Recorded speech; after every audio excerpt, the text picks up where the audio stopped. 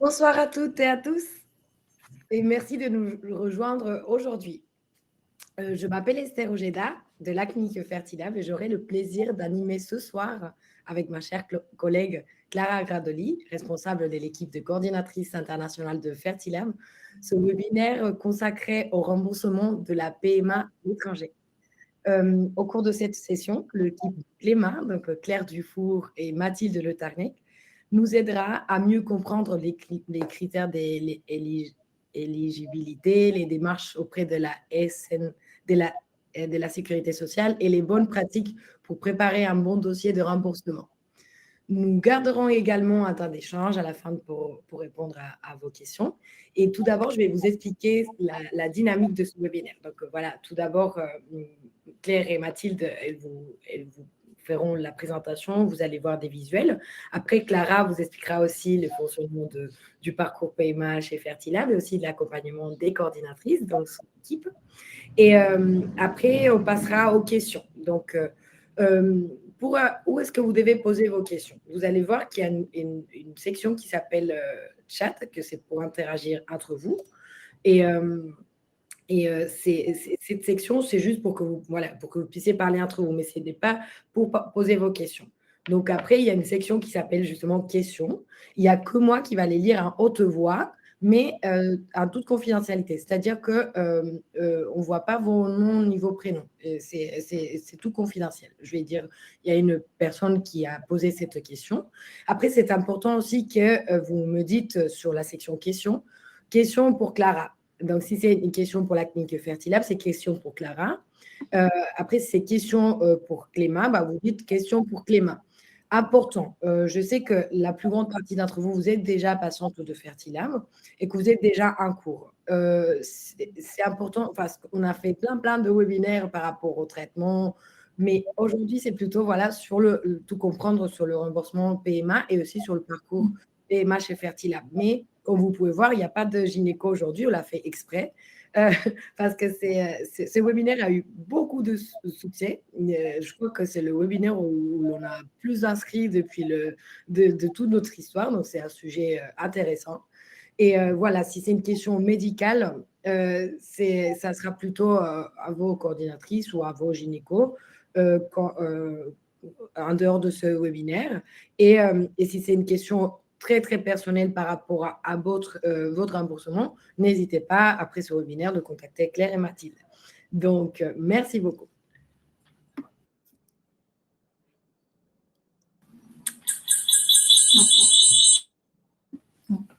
Merci beaucoup Esther. Merci pour l'introduction. Bonsoir à toutes et à tous. Parfait. Est-ce que vous voyez? Oui, vous pouvez toutes, j'imagine, voir la présentation. Donc, on est contente d'intervenir dans ce webinaire co-organisé avec la clinique Fertilab. Aujourd'hui, on va donc parler d'un sujet qui peut paraître complexe, qui l'est parfois, mais qui est essentiel quand on envisage un parcours PMA à l'étranger, notamment en tant que Française, parce qu'on peut obtenir un remboursement. Donc, c'est ce qu'on va voir ensemble lors de la présentation. Et comme l'a dit Esther, on aura un temps pour les questions dans la seconde partie du webinaire. Donc, la présentation va durer environ 10 minutes et on reviendra sur certaines slides par rapport à vos questions si besoin. Je vais commencer par d'abord introduire qui est Cléma, donc ce qu'on fait, quel est notre rôle, avant de rentrer dans le vif du sujet, donc du remboursement. Notre mission chez Cléma, c'est de répondre à 3 objectifs principaux. Le premier étant d'informer les femmes sur toutes les options qui s'offrent à elles, que ce soit en France ou à l'étranger, pour un parcours de PMA.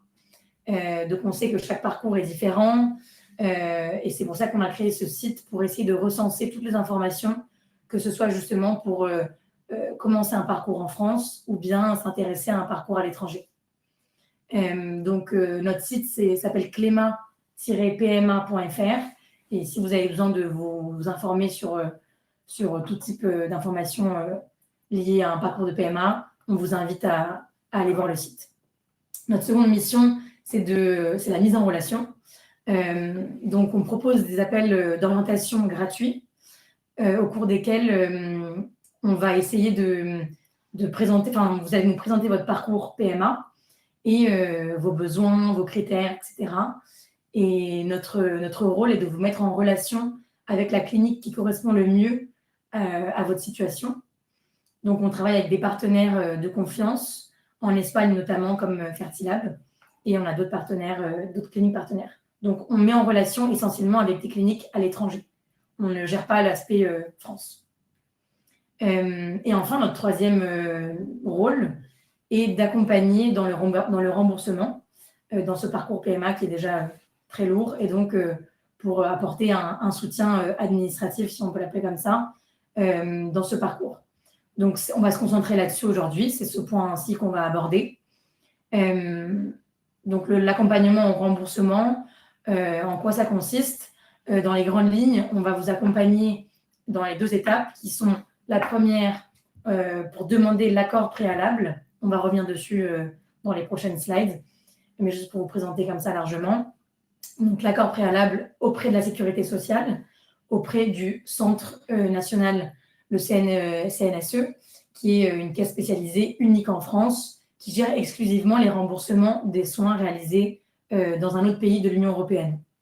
Et ensuite, la seconde partie, c'est l'accompagnement pour constituer le dossier complet et solide après la réalisation de vos soins.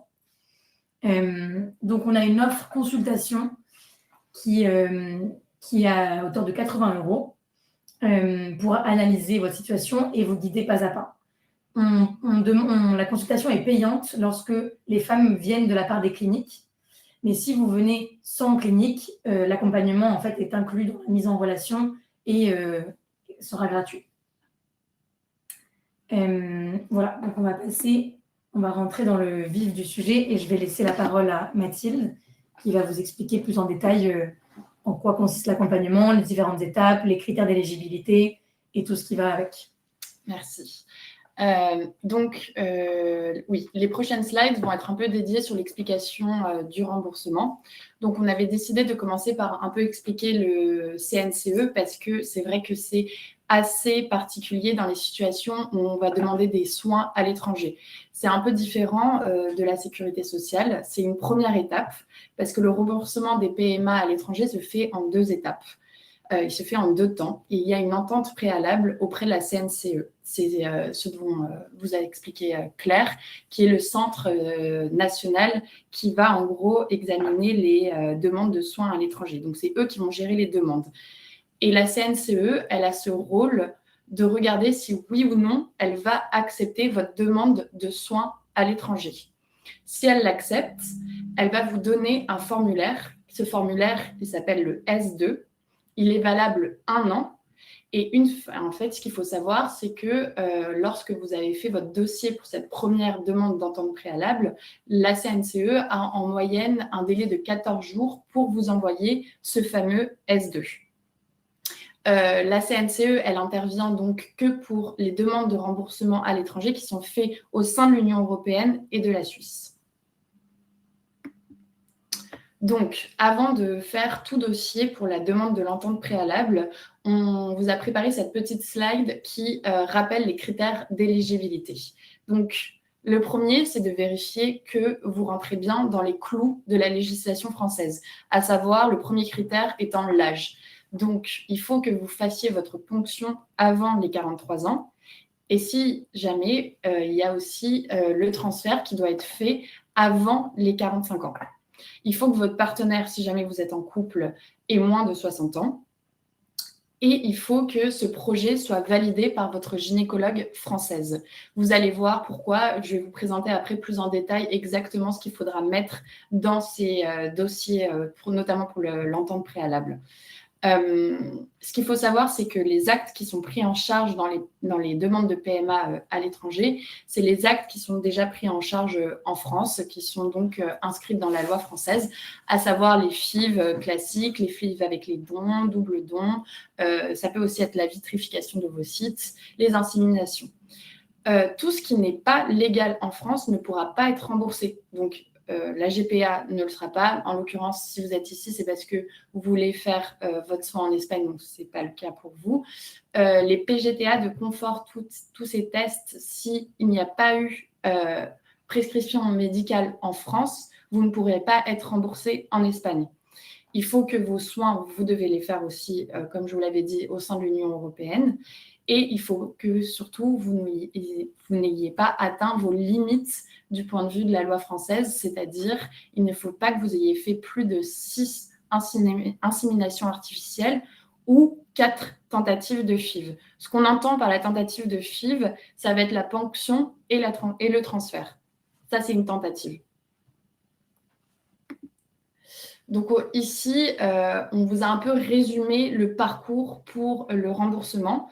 Comme vous l'a dit Esther, cette présentation, elle sera en replay, donc vous pourrez retrouver cette présentation. Je vous la présente de manière assez rapidement, mais en gros, ce qu'on vous conseille de faire, ça va être dans cet ordre-là. Donc ça va être de consulter votre gynécologue en France, parce que vous allez devoir avoir un certificat de votre gynécologue en France qui va justifier votre besoin d'aller faire les soins à l'étranger.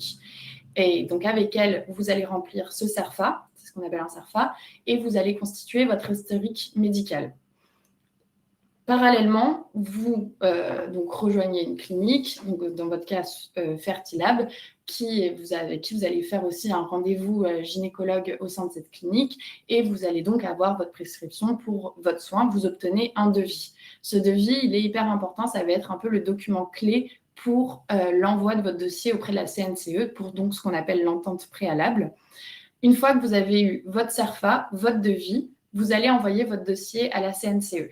Si votre dossier est complet, au bout de 14 jours, vous obtenez l'autorisation, vous obtenez ce fameux dossier qui est le S2. Là, vous êtes tranquille, vous faites vos soins, vous faites votre parcours de PMA. À la fin de ce parcours PMA, vous gardez toutes vos factures acquittées, les comptes rendus détaillés, et ensuite, on pourra procéder au remboursement. Ça veut dire qu'on va déposer la demande de remboursement avec les justificatifs, avec votre autorisation, le S2, sur Amélie. Donc, concrètement, là, on vous a fait un petit slide avec les papiers nécessaires avant le départ. Donc, ce qu'on dit avant le départ, ce sera l'entente préalable. Ce que je vous ai dit, c'est donc le devis de la clinique qui est nominatif et qui doit avoir moins de 6 mois. Le certificat rédigé par la gynécologue qui justifie votre besoin d'aller à l'étranger.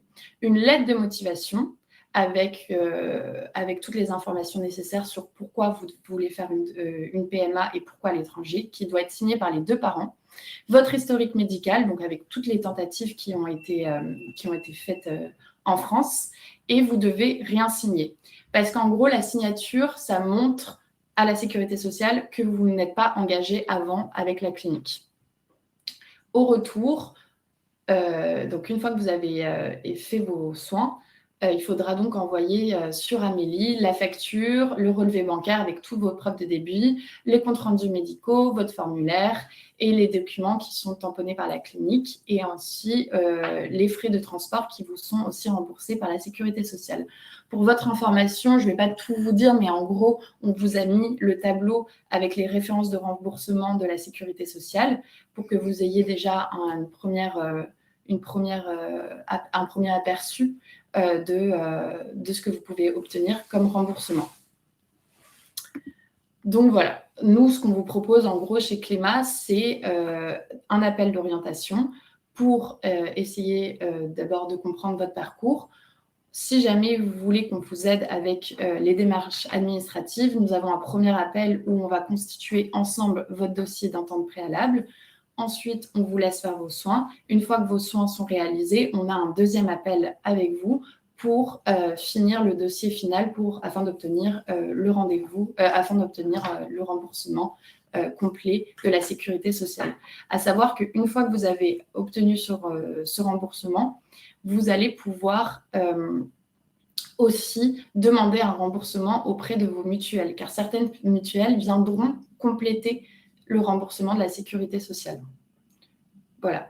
Donc, en gros, c'était notre présentation dans les grandes lignes sur obtenir le remboursement à l'étranger. Si jamais, donc n'hésitez pas à poser vos questions et n'hésitez pas à nous dire si jamais vous voulez qu'on repasse sur une des slides ou qu'on la passe un peu plus en détail. Merci beaucoup, Claire et Mathilde. C'était super clair et intéressant. Je vois qu'il y a déjà pas mal de questions, donc c'est trop bien. Je cède la parole à ma chère collègue Clara Gradoli, comme je vous ai dit avant, la responsable de l'équipe de coordinatrice internationale de Fertilab. Merci beaucoup. C'est un plaisir d'être aujourd'hui avec tous ici pour vraiment évoquer un sujet hyper intéressant, comme vous venez de dire. Merci beaucoup, Claire et Mathilde. C'est vraiment un plaisir de vous avoir comme collaborateur avec nous parce que c'est un sujet qui, beaucoup de fois, inquiète beaucoup les patients. Et je pense que compter avec des plateformes comme la vôtre peut vraiment réduire un petit peu tout le stress qui accompagne ce type de parcours. Donc, vraiment, on est contente de cette collaboration. Et on espère qu'aujourd'hui, on pourra résoudre beaucoup de questions. De mon côté, comme Esther a dit, je suis responsable de l'équipe de coordinatrice médicale chez Fertilab et je vais vous expliquer un petit peu comment on gère les dossiers de nos patientes internationales. Donc, Fertilab, c'est une clinique de taille moyenne, on pourrait dire, basée à Barcelone, uniquement, un seul centre.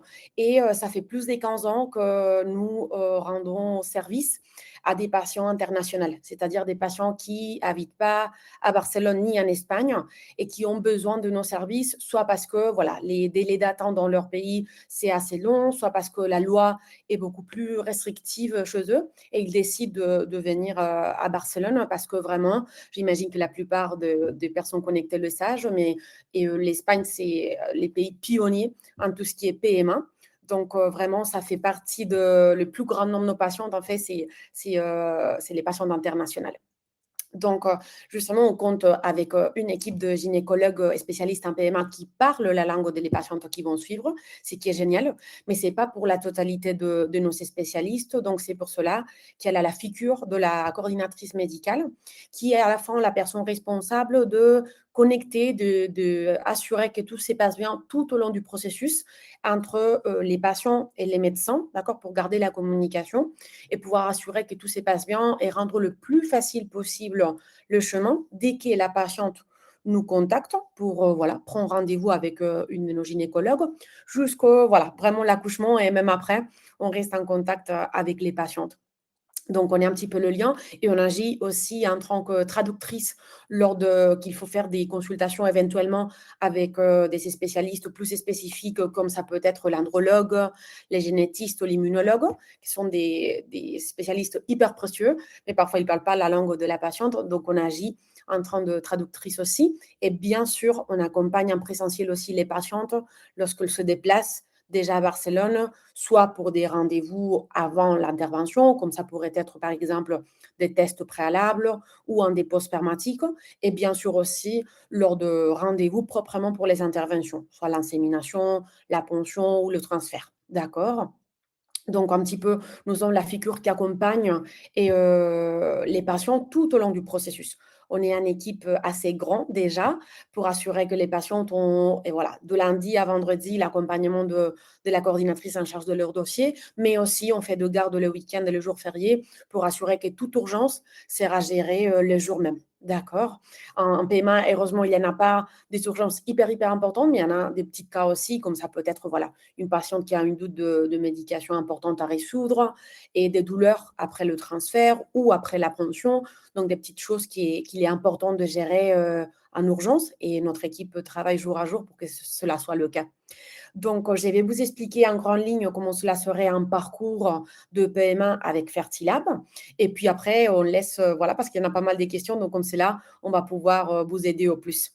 Donc, comme j'ai mentionné avant, tout d'abord, les patients nous contactent. Soit moi, et par exemple, ils ont connu Clément. Clément décide que c'est un profil qui pourrait être abordé chez Fertilab. Ils vont nous contacter. On fixe un premier rendez-vous qui est tout à fait gratuit et sans engagement, d'accord, pour rencontrer une de nos gynécologues et en échanger par rapport au projet, c'est-à-dire quel type de traitement la patiente elle en est intéressée, si elle en a déjà effectué des traitements auparavant, ce qui est très important aussi à tenir en compte, et évoquer un petit peu qu'est-ce qu'on pourrait offrir, nous, à Fertila pour la patiente, ou soit la patiente ou le couple, d'accord? Et là, on établit les examens nécessaires à réaliser pour compléter les dossiers, d'accord? Si c'est le cas et les dossiers n'est pas encore complet. Donc après, la patiente peut nous envoyer tout le résultat et convenir un deuxième rendez-vous pour évaluer tous les dossiers déjà complets et établir voilà, le protocole en soi pour la patiente. À ces moments-là, on envoie, nous, les coordinatrices, tout ce qui est la partie d'ordonnance, les protocoles détaillés avec toutes les étapes à suivre. Et lorsque la patiente et tous les différentes choses en fonction du type de traitement sont OK, on peut lancer les débuts du traitement pour la patiente, soit stimulation ovarienne, soit préparation endométriale, en fonction du type de traitement. On fait normalement la suivi en distance, c'est-à-dire la patiente n'est pas obligée à se déplacer tout au long de la préparation à Barcelone. Elle peut rester en France, et France, Suisse, Belgique, peu importe, et réaliser avec la gynéco ou les gynécos et les examens qu'on demande, que c'est normalement des échos et des prises de sang, à réaliser à des moments précis de la préparation. Le jour même, c'est très important qu'elle nous les envoie. Nous, les coordinatrices, on transmet au docteur. Et le jour même, on revient et vers la patiente pour lui dire, voilà madame, tout va bien, mais il faudrait un autre contrôle comme on avait prévu d'ici 2 jours. Ok, génial. Ou bien déjà la patiente est prête et on confirme l'intervention et on lui donne toutes les indications à suivre bien détaillées pour qu'elle vienne, voilà, pour transfert, pension ou insémination. Et à ce moment-là, oui, il faut préparer les voyages et se déplacer à Barcelone. D'accord? La plupart des interventions la patiente peut rentrer le jour même, à exception des interventions sous anesthésie, comme ça serait le cas des pensions folliculaires. Dans ces cas-là, nous conseillons vivement d'arriver la veille à Barcelone, notamment pour éviter de retard le jour même de l'intervention, d'accord? Et rentrer dans leur pays de résidence à partir du lendemain, d'accord? Parce que c'est une intervention un petit peu plus invasive. Et même si c'est ambulatoire, elle ne reste pas à la clinique, mais il est important de ne pas voyager, voilà, rester vraiment tranquille, faire du repos. Et puis à partir du lendemain, la patiente peut récupérer leur vie normale, leur rythme, mais voilà, avec quelques petites précautions que bien sûr on transmet à la patiente. Et puis après, le reste de la suivi aussi peuvent se faire à la distance, d'accord? Tout ce qui serait le test bêta-sujet pour savoir si la patiente est enceinte ou pas. Si elle est enceinte, voilà, on est tous très contents et on poursuit voilà, en contact avec la patiente tout au long de la grossesse. Et si malheureusement le résultat n'est pas favorable, bah, dans ces cas-là, on prévoit un rendez-vous avec la gynéco en charge pour en évoquer un petit peu voilà, les éventuelles causes de l'échec et en parler un petit peu si jamais elle juge que des examens complémentaires peuvent être utiles, un petit peu comment aborder la suite, non? Et dans des cas aussi, pas mal de cas en fait, il y en a toutes les semaines, tous nos spécialistes ont une réunion dont ils vont traiter les cas un petit peu plus complexes, où on n'en arrive pas à trouver la cause, où on n'en arrive pas à avoir un résultat positif. Donc, il y en a vraiment, vraiment la totalité de nos spécialistes qui vont en échanger pour décider voilà, comment aborder la suite du cas, et après, bien sûr, la décision qui est prise et communiquée aux patientes. Donc, ça serait vraiment, vraiment les grandes lignes de comment est-ce que nous gérons les dossiers des patients.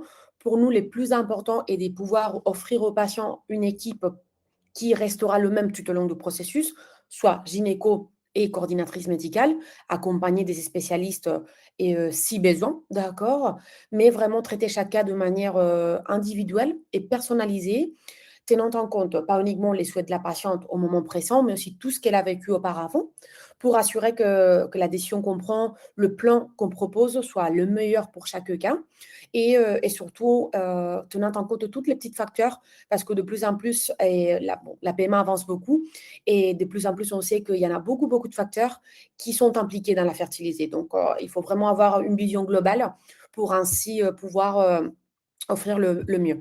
Et je pense qu'un deux points aussi très importants est l'état d'esprit des patientes quand elles commencent les processus et tout. Et je pense que compter avec le soutien pour la partie voilà, plutôt et remboursement, plutôt papier et tout, c'est vraiment indispensable pour se sentir plus sereine à ces niveaux-là et vraiment pouvoir se concentrer sur la partie médicale, de bien se préparer, les plus tranquilles possible et tout. Donc voilà, c'était un petit peu ce que j'ai souhaité partager aujourd'hui avec vous. Et là, ma collègue Esther va commencer à lire les questions, à nous les poser. Et voilà, si vous en avez d'autres, n'hésitez pas, on va faire au maximum. Mais sinon, après, bien sûr, vous aurez les coordonnées des Clément et de Fertilab pour pouvoir nous contacter après si jamais on n'arrive pas à pouvoir tout répondre. Merci beaucoup. Merci beaucoup, Clara, pour ces explications si bien détaillées. Donc, je vous dis déjà qu'il y a au moins une quarantaine de questions, donc c'est énorme. Donc, ce qui est bien, ça va être un webinaire intéressant.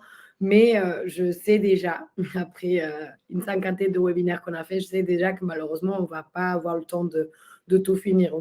Si ça serait le cas, on devrait rester jusqu'à 23 heures au moins. Mais sachez que vous pouvez contacter Claire et Mathilde. Et voilà, comme Clara l'a dit, et pour les questions médicales, Clara. Après, comme Mathilde l'a dit, vous allez recevoir le replay de ce webinaire.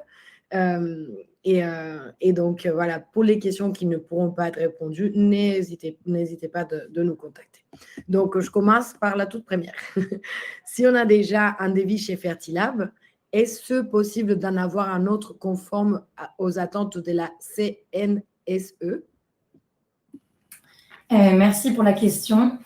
Alors, comme vous l'a présenté Mathilde, je ne sais pas si on peut revenir sur nos slides, mais il y a des mentions qui ne sont pas acceptées et qui ne rentrent pas dans les critères d'éligibilité de la sécurité sociale, notamment, là comme ça vous les avez sous les yeux, notamment le DPI, PGTA.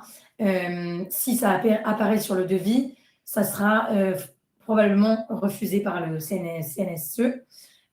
Donc, si vous avez déjà un devis, mais que vous ne l'avez pas signé et que vous n'avez pas commencé vos soins, vous pouvez, là, à ce moment-là, je passe la parole à Fertilab, mais demander un nouveau devis sur lequel n'apparaît pas la mention PGTA, DPI ou autres mentions qui ne sont pas légales en France, et avoir un devis uniquement avec votre soin qui rentre dans l'éligibilité française. Donc ça, ensuite, comme j'ai dit, je passe la main aux filles dans le sens, est-ce que c'est possible de redemander un devis si les soins n'ont pas commencé? Donc, merci Claire. Donc, je voulais préciser qu'effectivement, on connaît, voilà, même si là, les expertes sont Mathilde et Claire, mais ça fait déjà des années qu'on travaille avec des patientes voilà, francophones qui habitent en France et qui ont besoin de faire appel à la sécurité sociale. Et on connaît un petit peu voilà, les grandes lignes de ce qui peut être accepté. Donc, c'est pour cela que justement, par exemple, tout ce qui est devis, DPI, est toujours un devis à part, d'accord? Ça ne fait pas partie d'un devis où il y a la FIP plus DPI, sinon que c'est un devis à part. Et aussi, on fait la facture à part dans le cas que voilà, la patiente peut uniquement présenter ce qui est le devis pour la FIB, d'accord, qui ne mentionne pas le fait de faire appel au DPI. Et pareil pour la facture. On pourra faire une facture liée à la FIB et puis au DPI, d'accord, sans aucun type de problème parce qu'en plus, on paye tout d'abord ce qui est la FIB, d'accord, et puis déjà, quand la FIB est la conclue, on a obtenu le blastocyste, on ferait un paiement à ces moments-là pour le DPI. Donc, ça sera vraiment facturé à part. Donc, à ce niveau-là, il n'y a pas de souci. Après, on a eu deux cas où il était vraiment précisé qu'il fallait enlever une certaine partie du devis. Il faut voir si c'est possible ou pas en fonction de ce qu'il est demandé de enlever. D'accord? Parce que, voilà, on établit, il y en a certains points qui sont importants parce qu'ils sont des conditions proprement de la clinique. Mais en général, on arrive à pouvoir offrir des devis qui correspondent à ce qui est demandé en France. Merci beaucoup. Alors, la deuxième question, je vais faire une DPI, une FIV avec DPI en tant que femme seule, donc j'ai 39 ans. Ma gynécologue du centre de fertilité a rempli le formulaire de remboursement en mettant DPI dû à l'âge, mais je n'ai pas vu d'équipe pluridisciplinaire. Est-ce que j'ai une chance d'être remboursée? Alors, concernant le DPI, c'est vrai que la demande pour un DPI, elle est censée être examinée par une équipe pluridisciplinaire pour valider son éligibilité. En fait, pour valider sa faisabilité génétique et gynécologique. Et donc, dans ce cas-là, il y a plusieurs examens qui vous sont prescrits chez la femme ou peut-être chez l'homme ou les deux membres du couple. Mais il faut que ça passe en équipe pluridisciplinaire et que vous ayez la validation. Si vous ne l'avez pas obtenu en France et que vous voulez le faire en Espagne, vous ne pourrez pas être remboursé lorsque vous le ferez en Espagne. Donc, si jamais vous voulez faire une DPI, mais vous n'avez pas l'autorisation en France, le remboursement n'est pas possible. En revanche, comme vous l'a dit Clara, il y a une possibilité de vous faire une facture ou à côté du DPI. Vous n'auriez pas le remboursement, mais vous aurez quand même la possibilité de vous faire rembourser votre parcours. Merci. Suivante question. Pour le moment, j'ai les médicaments gratuits avec l'ALD. Mais j'ai peur que la CPAM se rende compte qu'il n'y aura pas de FIV en France. La CPAM peut-elle me demander de rembourser les médicaments quand elle va se rendre compte que j'ai fait une FIV en Espagne?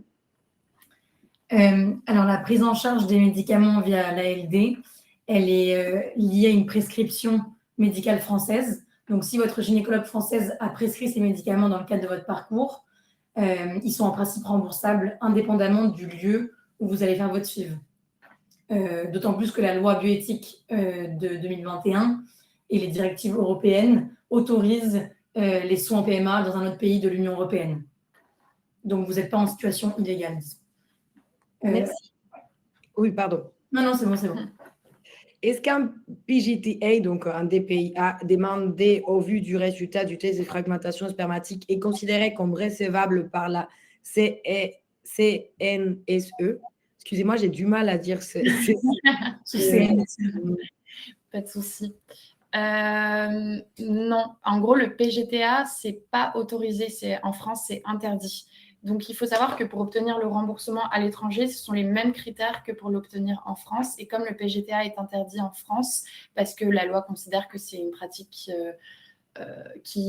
on pourrait dire, qui relève d'une forme de sélection, elle est interdite. Donc, vous ne pourriez pas obtenir ce remboursement par la CNCE. Et donc, votre devis ne sera pas jugé recevable.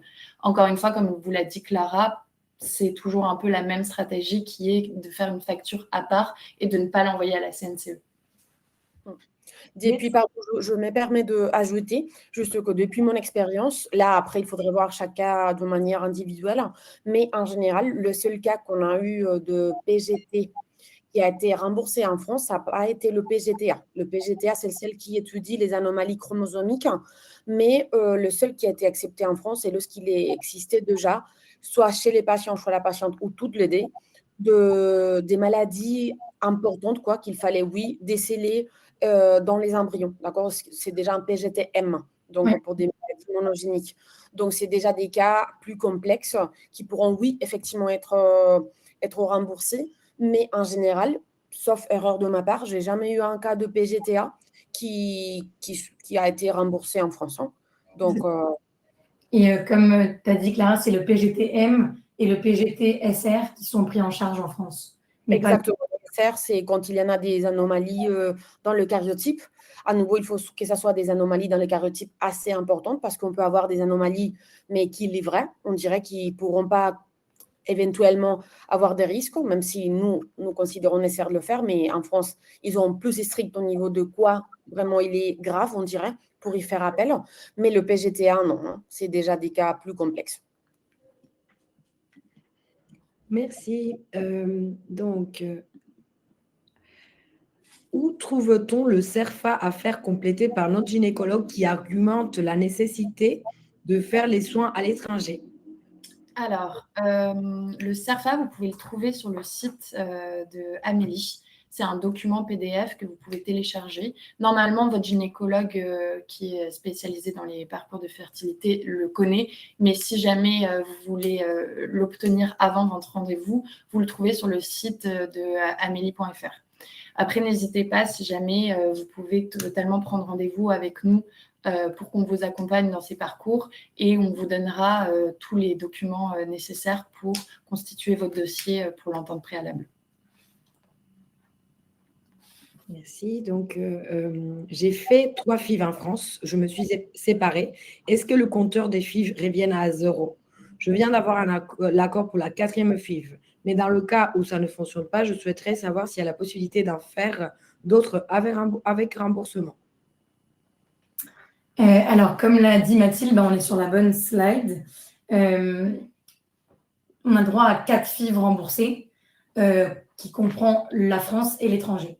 Donc, au bout de la 4e, on peut en refaire, mais elles ne seront pas remboursées. Et encore une fois, on revient sur le même principe de la France rembourse ce qui peut être remboursable en France selon les critères français. Donc, même si on en fait 3 en France et une en Espagne, on arrive au compteur de 4, donc c'est OK. Mais si on va au-delà de 4, elles ne seront pas remboursées, les FIV suivantes. Merci. Donc, est-il possible d'être remboursé à 43 ans d'un double don? J'ai eu 4 pensions en France remboursées. La particularité est qu'il me reste un embryon en France que je ne souhaite pas transférer car pas de possibilité de DPI.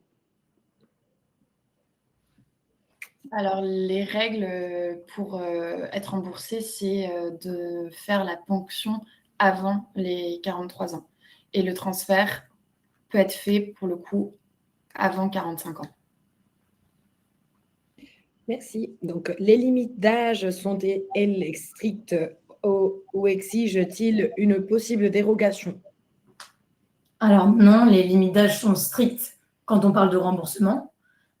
Après, si on va en Espagne ou dans un autre pays, il y a la possibilité de faire des soins qu'on ne peut pas faire en France au-delà d'un certain âge, mais elles ne seront pas remboursées, pas prises en charge par la sécurité sociale française. De notre côté, juste on mentionnait au niveau de limites, parce que je ne sais pas si parfois elle souhaitait aussi avoir les limites d'âge dans notre clinique, parce qu'il est vrai que la loi n'établit pas en soi une âge limite, mais voilà, au niveau médical, toute clinique met par protocole une limite d'âge. D'accord? Donc, de notre côté, il y a là la limite normalement des 44 ans et pour pension folliculaire, même s'il faut vraiment avoir beaucoup d'examens réalisés pour assurer qu'on ne met pas en risque la santé de la patiente. D'accord? Et puis, pour ce qui serait transfert, on peut réaliser des transferts jusqu'aux 51 ans de la femme si elle en a déjà des embryons créés. D'accord? Sinon, c'est jusqu'aux 50. Si elle en a déjà des embryons et elle souhaite refaire des tentatives parce qu'elle n'a pas abouti, donc alors à ce moment-là, jusqu'aux 51. D'accord? Un petit peu. Donc, ça seront les limites de notre côté. Et voilà, de manière que l'âge avance, il est vrai que la liste d'examens qui sont demandés augmente aussi. Mais pour une question d'assurer que la patiente n'est pas uniquement à mesure de pouvoir réaliser ce qui est l'intervention en soi, mais notamment la grossesse, d'accord, pour ne pas mettre en risque la santé de la femme. Merci Clara, j'ai une question pour toi. Donc pour Fertilab Clara, que faire si j'ai souscrit un pacte de garantie remboursement avec FIV et don et j'ai déjà fait une stimulation? Suis-je éligible au remboursement? Alors, je ne sais pas si exactement elle fait appel à un de nos programmes de garantie de grossesse. Nous avons des programmes de garantie de grossesse en fait qui incluent plusieurs tentatives, c'est-à-dire plusieurs cycles. Et sauf erreur de ma part, Mathilde et Claire pourront me corriger sinon, la sécurité sociale demande de faire des demandes que par cycle. Donc, pas le 3 ensemble. D'accord? Donc, nos garanties de grossesse, donc le 3 cycles compris, mais ce n'est pas un devis qui sera accepté. D'accord? Malheureusement.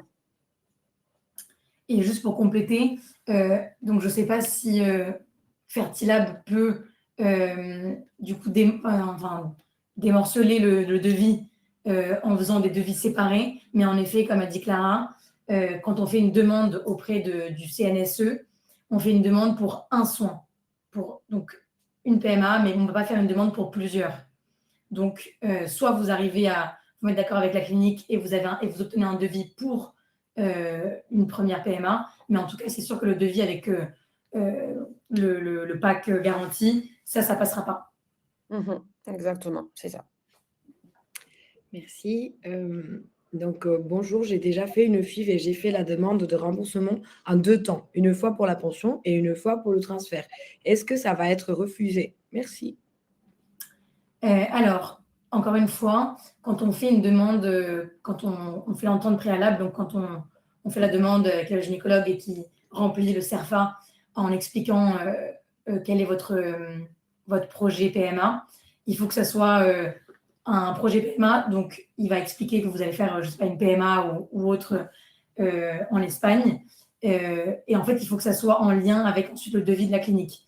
Donc, vous ne pouvez pas le faire en plusieurs temps. Il faut que ça soit fait dans son ensemble. Donc là, en l'occurrence, j'ai l'impression que c'était déjà prédit de faire la ponction pour faire le transfert et non pas une ponction d'ovocytes qui a été congelée pour ensuite faire une PMA plus tard. Donc, dans ce cas, la demande, il y a moins de chances qu'elle soit acceptée.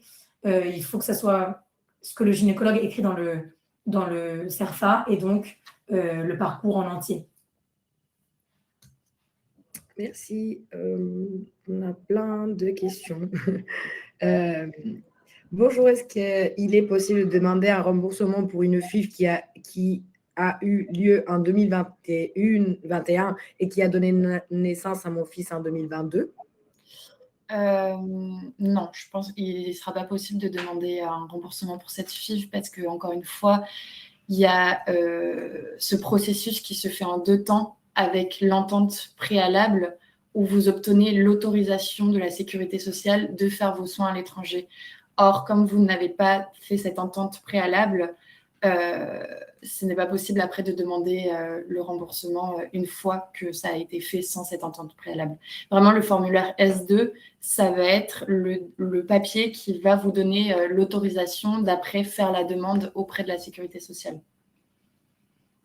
Merci. Donc, la facture doit être identique au devis. J'ai fait un devis pour 4 blastos avec un transfert inclus. Cependant, j'ai eu 3 blastos et le transfert a échoué. Une nouvelle donneuse va être sélectionnée. Le prix du nouveau transfert va donc dépasser le prix inclus de 4 blastos. Comment faire? Je crois que cette question est pour Clara, non? Effectivement, dans nos devis de garantie de blastocyste, d'accord, on choisit un numéro de blastocyste minimum qui est garanti. Mais voilà, les cycles sont biologiques, donc parfois, lors de le premier cycle, on n'arrive pas à avoir les nombres de blastocystes qui ont été accordés. Dans ces cas-là, on commence par transférer les embryons qui ont été obtenus, d'accord, par tentative. Et si après les différentes tentatives, on n'arrive pas à avoir une grossesse évolutive et une naissance, on réalise un autre cycle pour pouvoir minimum avoir le numéro de blastocyste qui nous manquait à la garantie initialement accordée. D'accord? Ceci dit, tous les programmes de blastocyste garantie incluent uniquement le premier transfert. Après, on parle de cryotransfert, c'est-à-dire des décongélations et d'autres tentatives de transfert, qui, si je ne me trompe pas, ils sont aussi éventuellement possibles de te faire rembourser, mais ça dépend, j'imagine, du numéro de tentative. D'accord? Mais il y en a un devis exprès pour cela, pour le cryotransfert. Merci. Vaut-il mieux demander la prise en charge CPAM après le premier transfert d'embryon de juillet ou alors à l'issue du programme ou après chaque transfert d'embryon? En outre, est-ce que... Ah, ça a bougé, excusez-moi. J'étais en train de lire et il y a tellement de questions qui rentrent que ça a bougé. Je l'ai perdu. C'est la première fois que ça m'arrive, excusez-moi. On a 3000 questions et ça bouge tellement le texte que je le perds. Moi, je pense de toute manière, si elle fait plusieurs tentatives de transfert. Pardon, j'ai trouvé, j'ai fini je la lis à nouveau, j'ai fini de la faire. Merci. Vaut-il mieux de demander la prise en charge CPAM après le premier transfert d'embryon de juillet ou alors à l'issue du programme ou après chaque transfert d'embryon? En outre, est-ce que la CPAM peut faire une prise en charge pour plusieurs transferts sur un programme de baby fertile? Voilà. Pour le baby fertile, et c'est ce qu'on venait de mentionner, donc non, pas possible. D'accord? Après, le timing dans lequel faire la démarche, si j'ai pas mal compris, c'est avant, non, les filles qu'il faudrait... Excusez-moi, je cherchais la question. C'est plus simple pour nous de l'avoir aussi sur les yeux. En fait, oui, c'est encore la même chronologie d'étapes. Donc, en gros, il faut que vous fassiez la demande avant les transferts. Il faut que, en fait, vous fassiez votre demande d'entente préalable auprès de la CNCE avec le devis. Il faut qu'il n'y ait aucun acte médical avant que vous ayez fait cette demande préalable. Merci. Donc, le remboursement des transports, c'est 300 € pension, puis 300 € transfert ou 300 € la totalité? La totalité. Merci. Chez Fertilab, en FIV avec 2O, peut-on lancer la recherche de donneuses après signature de devis et avant accord du CNSE? Non, malheureusement pas, parce que voilà, effectivement, la partie dans la fibre d'ovocyte, la partie la plus importante, c'est justement la recherche et attribution d'une donneuse. Donc, pour cela, nous demandons la signature du devis, le paiement de la première partie du devis et également le consentement éclairé d'engagement pour la fibre avec don d'ovocyte. D'accord? Donc, on risquerait sinon d'avoir éventuellement une donneuse avant avoir l'accord et avant de pouvoir y poursuivre. Et nous procéderons bien sûr dès qu'on trouve une donneuse et qu'elle effectue son cycle de stimulation, on procède à la fécondation et la culture embryonnaire. Donc, il faut avoir ces premiers paiements et les consentements pour pouvoir lancer, en plus de, et voilà, des photos de la patiente, toute une série de choses que l'on a besoin pour garantir de trouver une donneuse compatible. Merci. Bonjour, lorsqu'on reçoit l'accord préalable du CNSE pour une FIV avec don des spermes, est-ce que si on doit faire 2 pensions pour obtenir un embryon à transférer, on aura le remboursement des 2 pensions? Et si oui, quel est le montant? Merci beaucoup. Alors, encore une fois, ce que vous allez mettre dans l'entente préalable, donc ce qui va être rempli par votre gynécologue, devra matcher ce que le devis de la clinique. Donc, si vous décidez au préalable avec la clinique de faire une FIV avec don de sperme avec 2 ponctions et que le gynécologue le met dans le SERFA, les deux se matchent, donc c'est OK.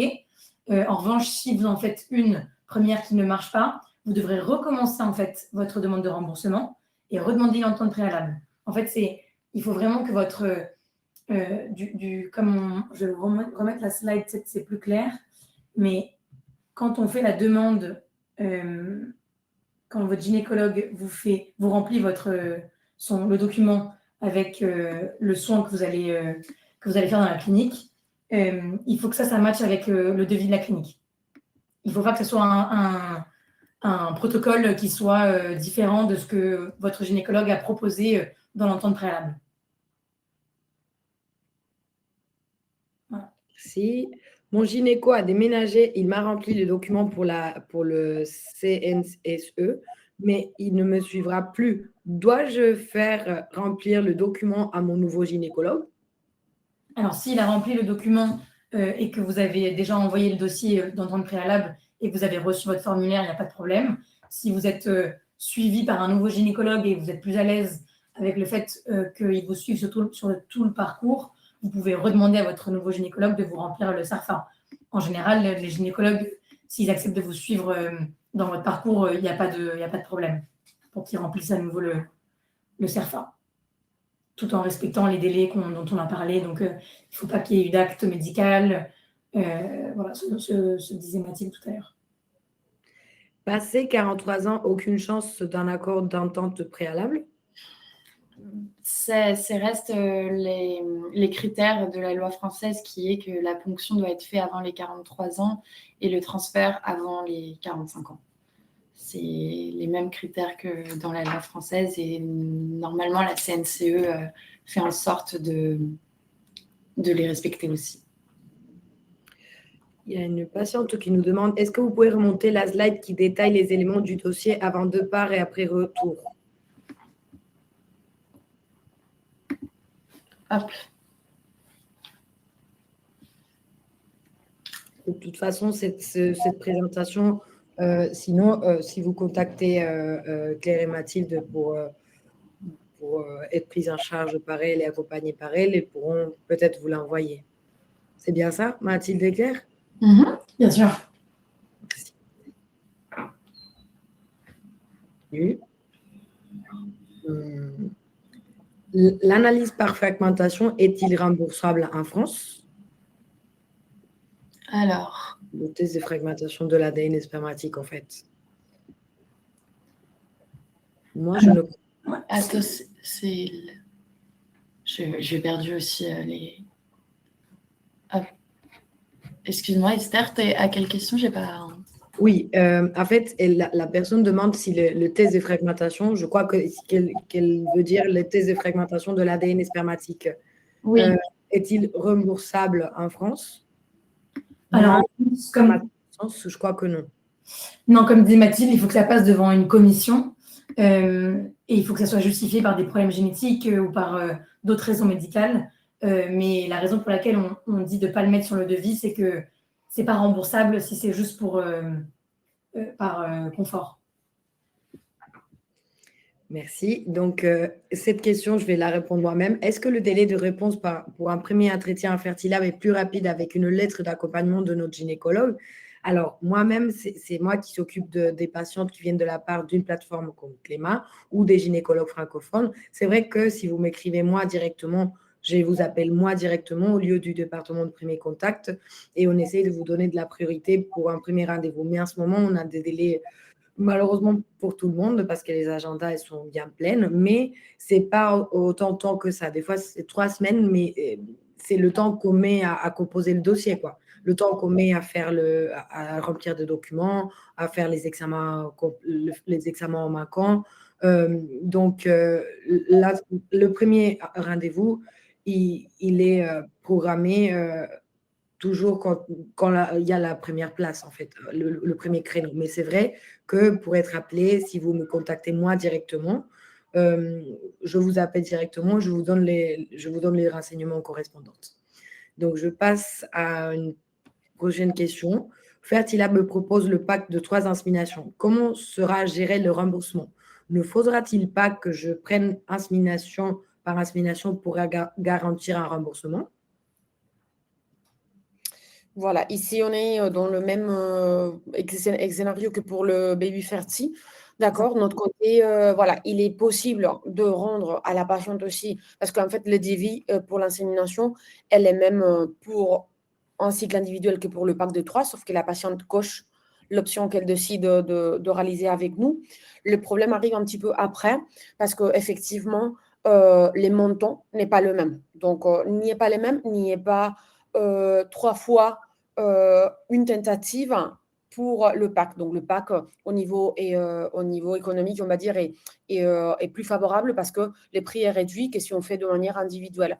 Mais après, la facture correspondra à ce qu'on a fait parce qu'on ne peut pas altérer les factures. Ce n'est pas légal, en fait. Nous, les factures, on le présente tous les jours et donc, ce n'est pas possible de fausser cela. Le devis, ouais, mais normalement, il est demandé après, si je ne me trompe pas, toujours une facture du traitement. Donc, les patients qui ont décidé ont éventuellement évalué si c'est mieux de réaliser le PAC qui a un prix préférentiel ou si, par contre, elles préfèrent de faire des inséminations individuelles et demandent le remboursement. Exactement. Mais juste pour renforcer ce point, c'est que, comme on disait, pour tenter d'avoir le remboursement en France, c'est soin par soin. Il n'y a pas de PAC, c'est vraiment une chose à la fois. Ensuite, oui, il faut voir la balance de qu'est-ce qui est plus intéressant d'un tarif préférentiel avec 3 inséminations ou bien d'un remboursement. Si vous avez fait une seule tentative, dans ce cas, il vous en reste que 3. Donc, ça veut dire que ça peut être potentiellement 3 remboursables à hauteur des tarifs qu'on a sur cette slide-là. Mais voilà, c'est une par une, en tout cas, la demande. Merci. Donc, pour une FIV... Oui, excusez-moi. C'est bon? Oui. Ah, excusez-moi. Oui, pour une FIV 4, c'est écrit. Je ne sais pas si c'est un cadre qui s'est échappé. Quand on a un dossier classique, un paiement, moins de 40 ans, échec d'implantation biochimique, mais qui ne justifie pas de soins à l'étranger, cela peut être fait en France. Est-ce que la sécurité sociale accepte? J'ai lu pas mal de refus pour soins possibles en France. Alors, ça peut arriver, en effet, quelquefois, la sécurité sociale peut refuser alors que votre dossier était complet et bien fait. Nous, on travaille avec une gynécologue qui est spécialisée en PMA et qui a dû justement faire beaucoup de fois remplir ses CERFA. Et elle, dans la plupart des cas, ce qu'elle met dans la justification, c'est délai d'attente ou tension en France, qui viendrait justifier le fait que vous fassiez ce parcours à l'étranger. Ok, merci. Donc, faut-il que les factures soient intitulées de manière identique au devis qui a été validé dans la demande au CNSE, s'il vous plaît, puisque j'ai finalement une prestation complémentaire qui sera ajoutée avec les tests DPI alors que ce n'était pas sur le devis initial. Encore la même réponse. ce qui sera remboursé, c'est ce qui apparaît dans le CERFA du gynécologue et dans le devis initial. Donc, s'il y a un complément et que la facture montre le complément, dans ce cas, ça va fausser. En fait, il faut juste que tous les documents recensent la même chose, les mêmes informations. S'il y a un complément, il faut que ça soit sur un devis à part, une facture à part, qui ne sera pas prise en charge. De notre côté, c'est le cas. Normalement, les factures correspondent au montant du devis qui est accordé avec Fertilab. On le même intitulé, on va dire, au niveau du concept. Et puis après, tout ce qui est DPI est toujours dans une facture à part. D'accord? Uniquement dans des cas, mais ça n'existe pas, je pense, où les patients pourront nous indiquer de le facturer avec la même facture pour avoir une facture complètement acquittée de la totalité. Mais ce n'est pas le cas. Hein. Normalement, DPI, c'est toujours dans une facture à part et le devis aussi, c'est à part. Merci Clara, j'ai une question pour toi, mais je profite pour la lire en haute voix pour qu'on explique un peu la situation en ce moment du département administratif. Question pour Clara, j'ai souhaité savoir si le temps de réponse du service administratif, j'ai reçu dernièrement les devis de Fertilab, j'ai répondu avec des questions complémentaires, mais j'ai des difficultés ces derniers jours pour avoir des réponses rapides. Donc, je le dis pour que Clara vous explique un tout petit peu. Merci Esther. Voilà, c'est une bonne occasion en fait pour expliquer parce que déjà normalement l'été c'est pas un moment facile pour l'équipe en général parce qu'on veut tous partir éventuellement en vacances et le travail augmente, d'accord, parce qu'il y a pas mal de patientes commencent à nous prendre contact et souhaitent venir en profitant aussi de vacances pour se déplacer. Donc la quantité de travail augmente et normalement le numéro de personnel est inférieur, d'accord? Donc, c'est là, malheureusement, touche un petit peu. De notre côté, on s'en occupe de la partie administrative, mais aussi de la partie médicale. Donc, malheureusement, tout ce qui est administratif, parfois, doit attendre un petit peu plus parce que le côté médical des patients qui sont en cours, c'est notre priorité, d'accord? Et on a en plus là une situation un petit peu particulière parce qu'une des collègues qui devrait être présente actuellement a dû avoir une intervention. Elle va bien, mais elle est toujours en arrêt médical. D'accord? Donc, c'est pour cela qu'on a pris de retard les derniers jours. Je vous en remercie déjà pour la patience. Ça va y arriver, d'accord? Mais c'est pour cela. De toute manière, on est en train de travailler, en train de faire des entretiens parce que c'est une partie de notre équipe qu'on va un petit peu remonter parce qu'il est vrai que c'est, même si après la partie médicale, on en a beaucoup aussi, il y en a beaucoup de questions au niveau administratif, c'est qui est normal. Je comprends que vous vous engagez avec une clinique pour des forfaits qui sont importants et il est très important et essentiel d'avoir toutes les réponses à vos questions avant de vous engager. Donc, nous sommes en train de travailler à cela pour garantir qu'il y en a un rythme de réponse plus accord à ce que nous aimerions. En ce moment-là, ce n'est pas possible malheureusement, mais on va travailler pour que cela soit le cas et pouvoir garantir que vous ayez une réponse le plus tôt possible. D'accord? Donc, voilà. Merci. Bonjour les filles des Clément. Dans quel délai nous recevons le devis? Non, je ne sais pas si c'est pour Clément ou pour Clara. Dans quel délai nous recevons le devis après le premier rendez-vous avec le gynécologue? Ah, ça, c'est plutôt avec Clara. Donc, il y en a des cas où si la patiente est déjà vraiment dirigée vers un traitement ou un autre, elles peuvent même l'avoir avant le premier rendez-vous. D'accord? De toute manière, sachez que tous nos prix sont publiés dans nos sites web. D'accord? Ils ont vraiment là. On ne cache pas. Donc, il est vraiment accessible. Et puis, s'ils le demandent à la collègue qui s'en occupe de fixer le premier rendez-vous, elles peuvent y avoir accès au devis. D'accord? Mais puis après, à ces moments-là, on est en train de pouvoir tout envoyer à la patiente, c'est-à-dire après le premier rendez-vous, le devis en fonction de ce qu'il en a évoqué avec les docteurs et la liste d'examens pour compléter les dossiers et d'autres petites informations par rapport à comment on va poursuivre dans un délai d'environ 5 jours au max, on essaye.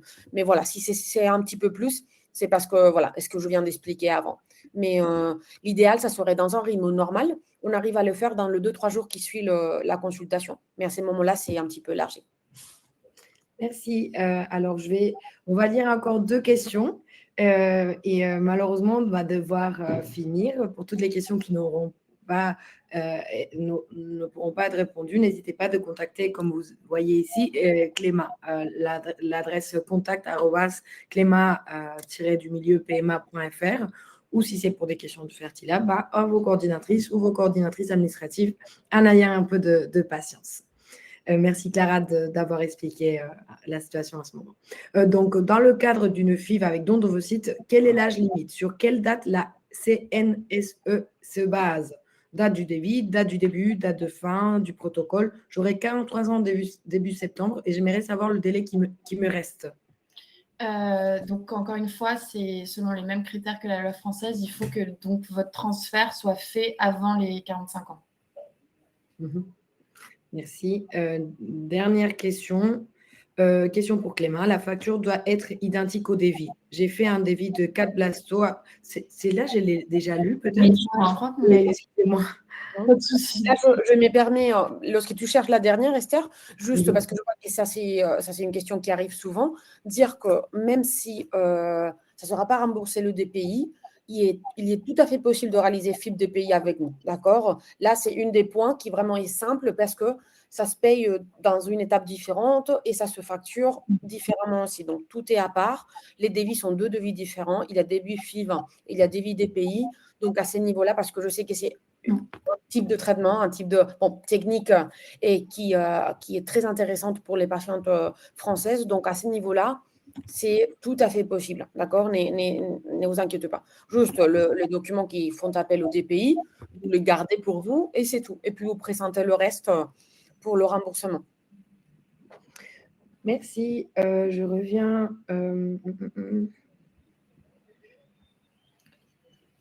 Je vais lire la dernière. Je vais prendre une plus complète. Pardon. Elle est partie. Excusez-moi.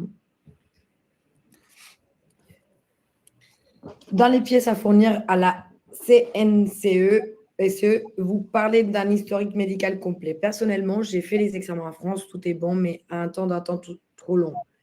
Qu'est-ce que ces éléments doivent prouver? Quelles sont les attentes, critères du CNSE?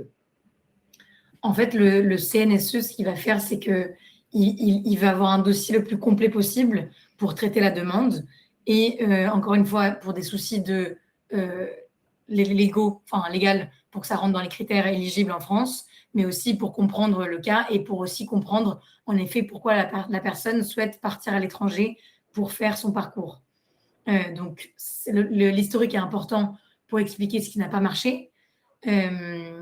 Et le CERFA, donc le document rempli par le gynécologue, est d'autant plus important aussi parce qu'il va expliquer le parcours et pareil, l'historique antérieur. Et pourquoi vous allez à l'étranger? En fait, c'est votre gynécologue qui va venir justifier votre parcours de soins à l'étranger. Et donc, c'est ce dont on a déjà dit tout à l'heure, c'est que souvent, les gynécologues vont venir le justifier par des délais d'attente trop longs en France, une certaine tension. Mais ça ne viendra pas forcément de vos historiques médicaux. Merci beaucoup. Je vais lire la toute dernière parce que c'est celle que j'ai perdue tout à l'heure. Et en fait, ça fait longtemps que le monsieur il a posé la question et je crois qu'elle est intéressante. Bonjour et merci pour la présentation. Concernant les remboursements, si on a déjà eu un refus du CNSE comme raison, vous pouvez faire en France encore des tentatives malgré 4 échecs de transfert. Pouvons-nous contester la décision et refaire une demande, s'il vous plaît? Alors, pardon, la première partie était, est-ce qu'il peut faire un parcours en France après avoir fait une demande à l'étranger? Si on a déjà eu un refus du CNSE, avec comme raison, vous pouvez faire en France encore des tentatives, c'est-à-dire la raison qu'on a donnée, vous pouvez faire d'accord. Malgré 4 échecs de transfert, pouvons-nous contester la décision et refaire une demande? Alors oui, bien sûr, contester la décision, c'est possible, mais ça risque d'être peut-être plus long. Vous pouvez refaire une demande et encore une fois, parfois c'est un manque de justificatif. Donc plus le dossier est complet, plus ça va faciliter la décision du CNSE. Et encore une fois, comme l'a dit Mathilde, le gynécologue va venir apporter un élément de justification de pourquoi vous voulez partir à l'étranger. Donc s'il y a eu des échecs, il faut vraiment mettre tous les documents justificatifs qui prouvent qu'il y a eu des échecs avant et que c'est pour ça que vous souhaitez partir à l'étranger. Mais normalement, si le gynécologue remplit bien le CERFA avec tous les documents, ça devrait passer. D'autant plus s'il y a eu des échecs en France. Merci beaucoup, Claire, Mathilde et Clara. Et merci beaucoup à toutes les participantes, à tous les participants. C'était super. Il y a eu un gros succès. Donc, pour les questions qui n'ont pas pu être répondues, on vient de vous écrire ici l'adresse mail de Clément. Et si c'est des questions pour Fertilab, international@fertilab.org. Et si vous n'êtes pas encore patiente de Fertilab et que vous souhaitez recevoir des renseignements et programmer un premier rendez-vous, n'hésitez pas de me contacter moi, esther.ojeda, je vais l'écrire ici. Mais moi, c'est juste pour les personnes qui ne sont pas encore patientes de Fertilab et qui souhaitent avoir des premiers renseignements. Donc, demain, je ne travaille pas car en ce moment, je suis patiente PMA. Donc, j'ai demain ma pension. Je l'ai dit. Et Clara est ma coordinatrice d'ailleurs. Donc, si demain vous écrivez, je ne pourrai pas vous répondre car je serai dans ma pension. Je vais bien interdire de prendre le téléphone. C'est ça. Mais après demain, si vous avez des questions, je reviendrai bien. Donc, merci beaucoup. Je vous souhaite une belle soirée. Et n'hésitez pas, on est désolé de ne pas avoir pu répondre à toutes les questions, mais vous pouvez aller sur notre site internet et vous allez voir, vous allez avoir des créneaux. Il y aura un petit icône appel de coordination et il y a des créneaux et vous pouvez prendre des rendez-vous avec nous pour qu'on puisse voir ensemble comment on peut vous accompagner dans ces démarches administratives.